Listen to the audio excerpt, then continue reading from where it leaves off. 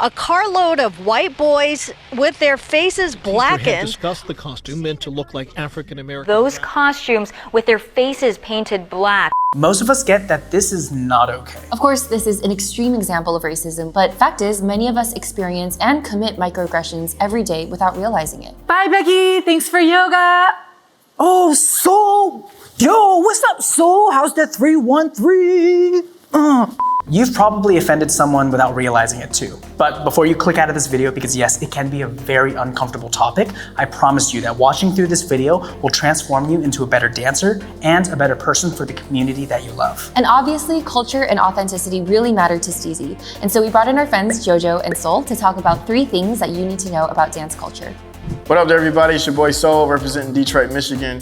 Soul by its crew, Godchildren of Soul, and of course, one of the instructors and cultural advisors on Steezy. What's up, everybody? My name is Jojo Diggs. I'm super grateful to be here representing Mop Top Crew, coming from the DMV area, and I'm also an instructor and cultural advisor on Steezy. So let's go. Hey. Number 1, so we have cultural appropriation versus appreciation. What is that? So cultural appropriation is anything that takes something from another culture out of context and uses it for their own personal gain. Well, for example, you have modern day blackface, which is imitating black people during big events, big mega events. You have fashion such as like do-rags, dashikis, cornrows, hand gestures, or idiosyncrasies, such as like throwing up gang signs, West Coast signs, and you're not from the West Coast. Anything that's basically not from your particular culture, right? That can result into cultural appropriation. I think also anytime you're teaching a hip hop class or workshop without it having to really do with that hip hop culture, for example, teaching to non-hip hop music,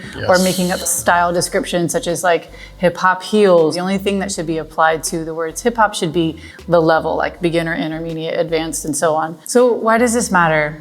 Well, street dance is a culture, it's not a costume, and you can't pretend to have a lived experience. So you probably have heard this quote before: people love black culture, but not black people. Here's what you should do. Definitely the culture is meant to be shared, and it has to be a mutual understanding. Of course, we want you to love the culture. We want you to love hip hop. We want you to love street dance. But the way that you love it is really, really important. If that culture that you love is saying that the way that you're loving it is oppressive, but you're putting your foot down about that, then that's not really loving it. That's making it about you and not the culture. So the question is not can you, but should you? So should you have a sense of responsibility? Should you have awareness for this culture? Should you have love for not only yourself, but also those who are in the culture as well that you actually say that you love? So the second thing that is really important to know is that you need to learn from the culture and not just the classroom. If you're only entering studios and classrooms, it's very valuable, but it's probably gonna only craft you as a very technically strong dancer. A really, really good analogy I would say is the difference between studying a language through Rosetta Stone or through a class versus going to that country, understanding how the people actually speak now, how they think, and how they interact with one another. Going a little bit more deeper as well as like looking at the perspectives from culture, how that pertains to dance, and also looking at the studio aspect of it.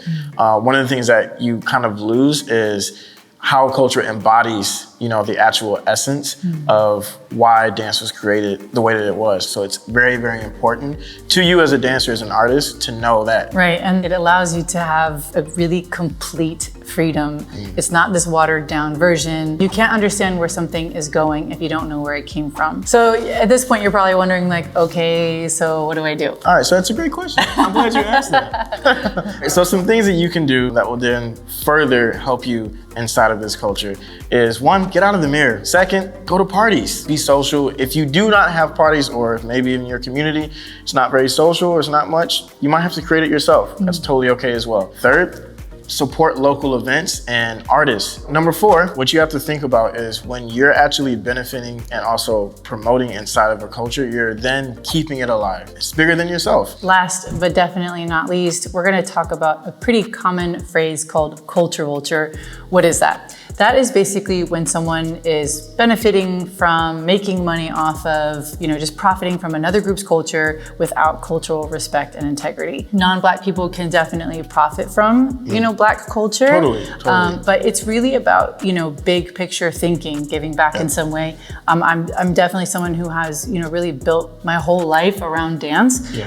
So I try to give back by studying my innate racism, trying to dismantle those kinds of societal constructs, building community building platforms, speaking to my community, doing, pro bono work and things like that. Like you have to think about your impact as an individual and how that's going to impact other people inside of your space, for one, like your intimate space, and also your space on a professional level. If you can have that type of power, or if you are in that position as a leader in your community, just be aware of like, how can I help put people of color, not a pedestal per se, but just help them get ahead more, because we are marginalized. And I think just overall, like, it's definitely still about doing your thing. Love what you do and do it well, but keeping your principles at the forefront.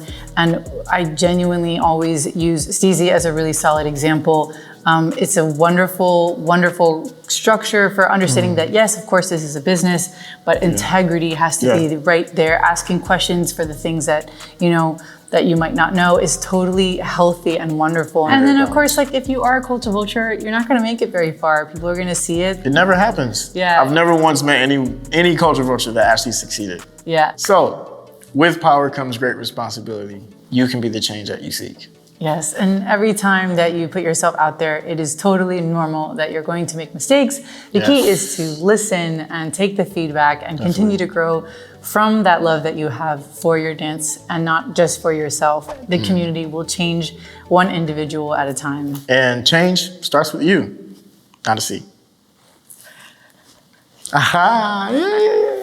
Now, the topics in this video are complex and nuanced. We'd like you to treat this as an introduction to those ideas. We're doing our best to share all perspectives, so we want to give a huge thank you to Jojo and Soul for sharing theirs. And if there's anything that you want to add to the conversation, please do. We want to talk to OGs, we want to talk to new dancers who are confused, we want to talk to people that can enlighten and even correct us. We don't have all the answers, and really not one person out there does, but I believe that together we can start stitching the story together. Thank you so much for watching. The comments are open, and please share this with your friends, and I will see you next week.